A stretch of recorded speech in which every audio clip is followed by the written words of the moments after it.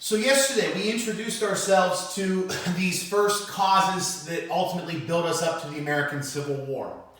And one of the things that I wanted to try to make sure I reminded you of yesterday is the fact that something as monumental as the Civil War doesn't just happen overnight. This was the collection of many years of events that collectively build their way towards something like that. So when we took a look at this, we said that, the Civil War, everybody wants to simplify it into a simple fight over slavery. And while it's true that slavery is at the heart of this, the problem is that each time these issues had come up, the solution in the United States government was to find a temporary compromise. So for example, yesterday, the best example we gave was the Missouri Compromise of 1820. The biggest problem we had as we make our way towards the Civil War is all of this territory that we had acquired through the Louisiana Purchase. Each time these territories become states, the question became, should they be slave states or should they be free states? And the problem is that in the United States Senate, that is in government where most of the equalization of these decisions is made. If the number of states in the Senate had either become too free or too slave, that would have become a problem for the United States. So when we took a look at this yesterday, the reason why the Missouri Compromise is an excellent example of the types of problems we had building up to the Civil War is that their solution at the time, rather than solving the issue of slavery, was to simply pair two states together, Missouri a slave state, Maine a free state, and then simply come up with a boundary that was going to help them in the near future. But this was not a problem that everybody knew was going to be solved.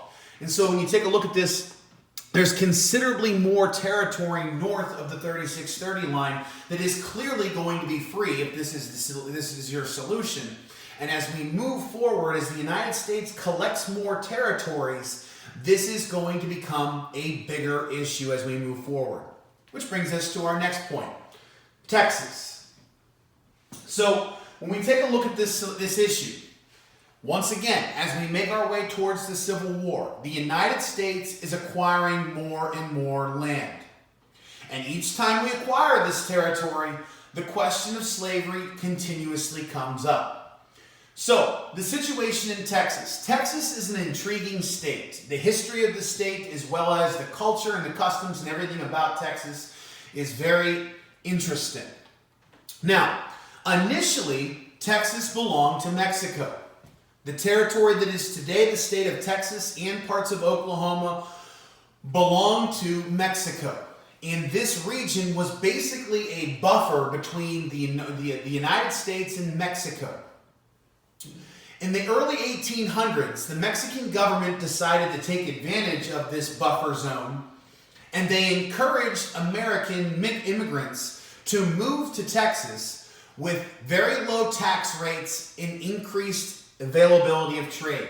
Basically what happened was the Mexican government saw that it was a wilder region with a lot of Native Americans that were hostile Native Americans, and some of these tribes in that region, the Comanches and the Navajos and some of these other area regions, the Apaches, they were very wild tribes that the Mexicans were struggling with. If you could encourage Americans to move into this region with economic as well as agricultural opportunities, they could let this group of enterprising Americans take advantage of it and solve that problem for them. What the Mexican government didn't count on, though, was the deal was so lucrative that many Americans came there.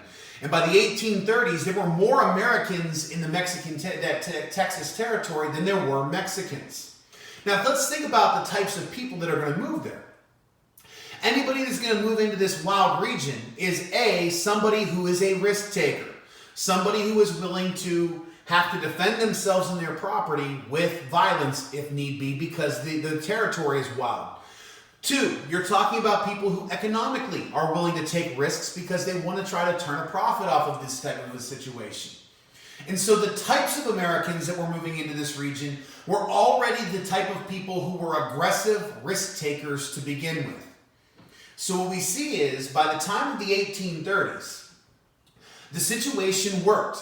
Mexico had lured a significant number of Americans into that region. Those Americans made profits off of it.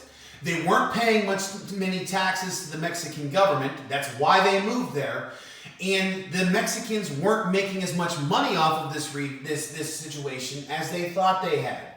So by the 1830s, when the Mexican general Santa Anna seized control of the Mexican government and declared a dictatorship, Santa Anna looked at the situation in Texas, realized there are all these Americans living up here. They're not paying taxes to the Mexican government. There are a lot of economic opportunities that are being missed up there as a result of this. And so Santa Anna started passing a series of laws, mostly raising taxes on the people who lived in Mexico, who lived in Texas. And those laws were aimed squarely at the Americans who happened to be living in that region. Well, once again, take a look at the type of people that are living there. These are risk takers. These are people who are a little bit more wild. They tend to be a little bit more violent at times. They moved there under the impression that they were going to be allowed to live there, take advantage of the economic opportunities because the Mexicans wanted them there. Now suddenly the Mexican policy has changed and the Americans rebelled. And so this begins the Texas War for Independence. Now initially when the state of Texas, the territory of Texas, declared their independence from Mexico, they were hoping the United States would get involved. But keep in mind, in the 1830s, we're talking about that Jacksonian era. Andrew Jackson has his own problems at the time. He's got the Indian Wars, the problems with the Cherokee Indians and the Indian Removal Acts. He's got an economic battle going on with the owners of the National Bank. He's trying to close that down. And he's got his own nullification crisis going on. All of the stuff that we talked about 2 chapters ago, these are the events that are distracting Andrew Jackson. So at the time when Texas declared their independence, they assumed the United States would help them because most of the people living in Texas were American immigrants, American migrants, but the United States stayed out. Now, the defining moment of this Texas War for Independence is an event in American history that has become very famous and very fabled, the Alamo, the fighting that took place at the Alamo. When Texas first went to negotiate with Mexico, they sent their leader, Stephen Austin, down to Texas to negotiate a Texas independence or at least a reduction in those taxes from Santa Anna. When Stephen Austin went to Texas, Santa Anna promptly arrested him for treason. At which point the Texas government declared independence, and they had a small band of people that were meeting right along the border between Texas and Mexico at San Antonio. A group of Americans, led by the famous Tennessee Congressman Davy Crockett, went to Texas to help them, and they met at that Alamo. Now, the Alamo in San Antonio is actually very small. I've never been there, but from the people I've talked to who have visited the Alamo, they said it's not something grand where you would expect a massive battle to take place. It's a mission, is what it is. It's a Catholic mission where they had some priests that were staying there that were feeding people in the region. These Texas patriots met at this mission, and this was their base camp. While they were there, Santa Anna and his considerably larger army surrounded these people at that small Spanish mission in San Antonio called the Alamo.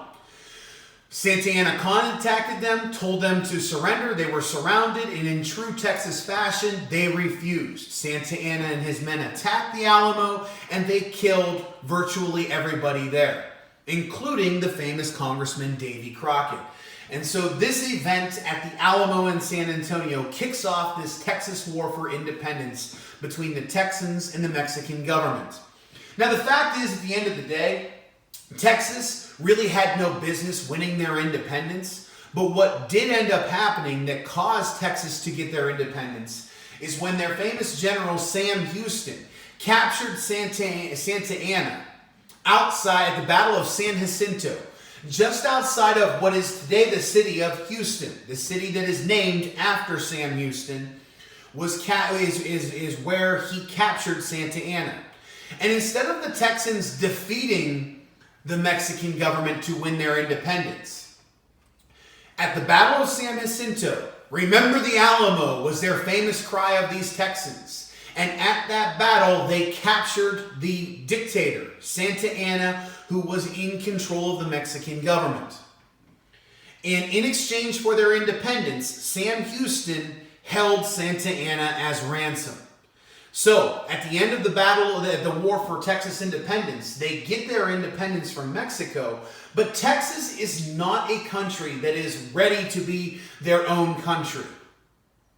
They certainly shouldn't have won their independence. If Sam Houston hadn't held Santa Anna as ransom, they wouldn't have won their independence. So as soon as Texas gets their independence from Mexico, their first impression is they thought the United States was going to annex them.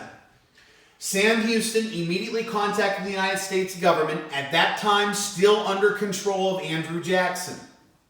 Sam Houston assumed that Jackson was going to accept this new territory of Texas into the United States, but we didn't. Andrew Jackson turned Sam Houston and the Texans down for two reasons. One, this new territory was obviously going to be a slave territory, and even though Andrew Jackson's kind of a wild card as president, he knew that this was going to cause problems that at that time he could not handle. And the second reason why we rejected Texas is because Andrew Jackson knew, because at the time, remember, Andrew Jackson had just gotten rid of the National Bank, Alexander Hamilton's National Bank. And there were serious economic ramifications of this. And the United States economy was starting to plummet by the end of Andrew Jackson's presidency. And so we knew that if we annexed that region of Texas, it was most likely going to start a war with Mexico. And if we did go to war with Mexico, it was going to be expensive and we couldn't afford that.